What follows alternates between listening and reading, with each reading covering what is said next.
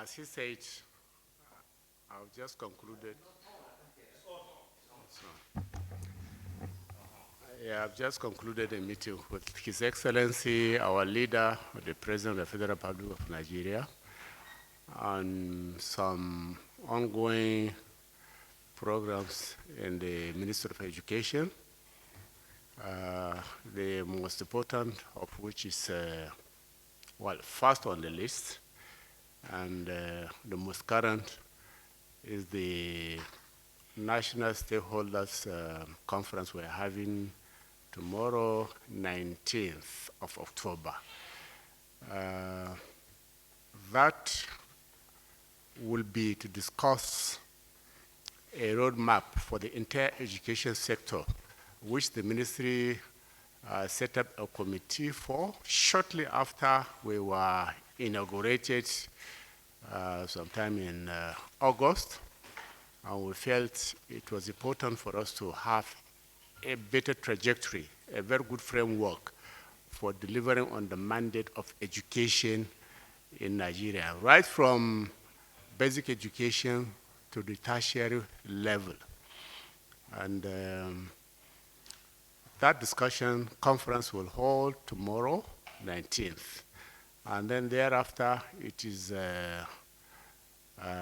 our expectation, and His Excellency has agreed to, shortly after, in due time, when we are done with it, to unveil that document that will guide the ministry for the duration of our time in government. So that's about the number one issue. Some are about getting the boards of councils under the Ministry of Education, which you know are many, all federal universities, and about 25 or so agencies. And the universities do have a lot of issues which may not have to wait or shouldn't have to wait for the protocol of the ministry taking decisions. So they need to come back and ensure proper governance and good administration in the universities, polytechnics, and colleges of education. So very soon, the president has directed we work on it alongside the leaders, some of the leaders, SGF, Chief of Staff. So we are going back now to work on that. And then there are quite a number of universities and institutions actually which were approved in the last days of the last administration, which because of issues of funding and even staff, it may not be prudent to get these institutions to take off altogether at once. So Mr. President has directed we stagger their commencement, their takeoff, so that the government can properly support them. And then we also, as you know, remember some weeks ago when we visited the National Library, one of the major icon institutions in Abuja. And it's actually a national monument which no nation should stay for long without it, the National Library. So I briefed His Excellency about the need to get it completed, and which he is happy with that proposition. And so basically, these are some of the things which I can actually talk about in the public. Salaries. Decision has been taken to refer the matter to for further engagement with Ministry of Labor. And I think we shouldn't preempt the outcome of that. So the matter is already, that's the decision of the Federal Executive Council at the last meeting. Then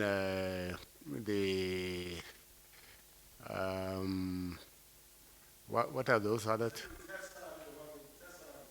Outstanding salaries. Exactly, those ones have been referred to Minister of Labor, to discuss with them. And then the issue of tenure, practically every appointments in government are actually discretionary.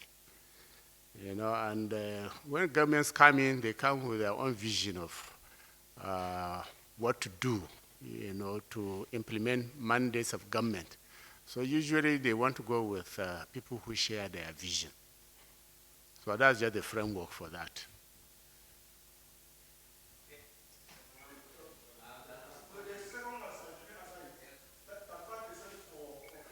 Oh, yes. Oh, circular has already been issued on the new salary structure. The Salaries and Wages Commission have issued a circular to the Minister of Finance, and I believe they are working on it.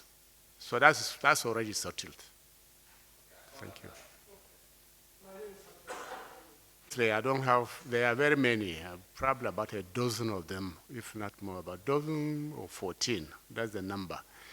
And, tertiary institutions are highly capital intensive. They need a lot of money, especially at that takeoff stage for infrastructure, staff recruitment, and all other needs. So by the time you want to start off about 12, 14 institutions at once, it's a very heavy burden on the finances of government. And so that's why ordinarily we would have said, okay, we will review whether actually we should go ahead with that. But most of them are specialized institutions, College of Education, Agriculture, Medicine, and they are institutions that will support some of the mandate, the priority areas of this government. We'll have need for teachers, for trained teachers, which College of Education will provide, and the same thing with Agric. So that's why government has not stepped down, that approval. Instead, the government, in its wisdom, the president, in his wisdom, said we stagger their implementation on grounds of funds, essentially. We are starting with about 6. 2 of each. 2 Agri, 2 College of Education, and then 2 Medicine. Yeah, thank you.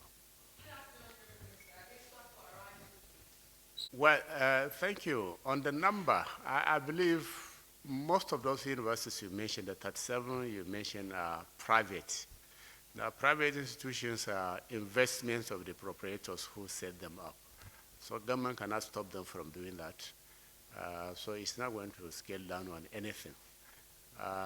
The only thing government has control over is its own institutions. This time around, we are going to be conservative about the pace of development of tertiary institutions.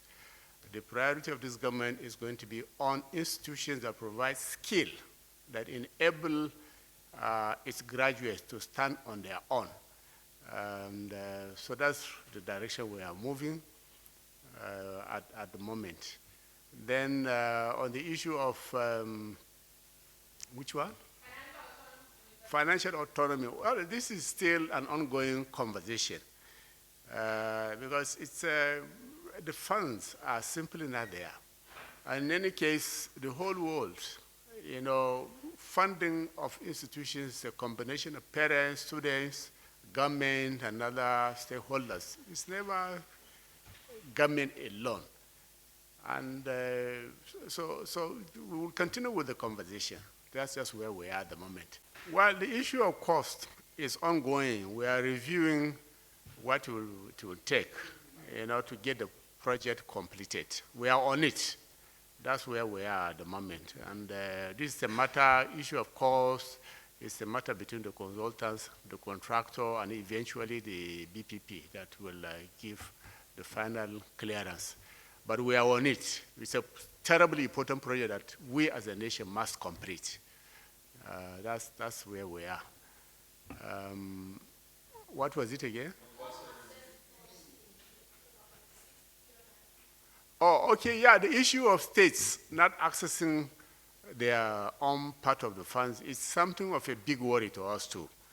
And we are talking to them, we are appealing to them, and then eventually we are proposing, thinking of looking at the law itself so that that doesn't become a problem because this money is supposed to be accessed for the development of basic education at that level. So it's not good that some part of it is still outstanding and not accessible by states that are supposed to allow utilization of the fund.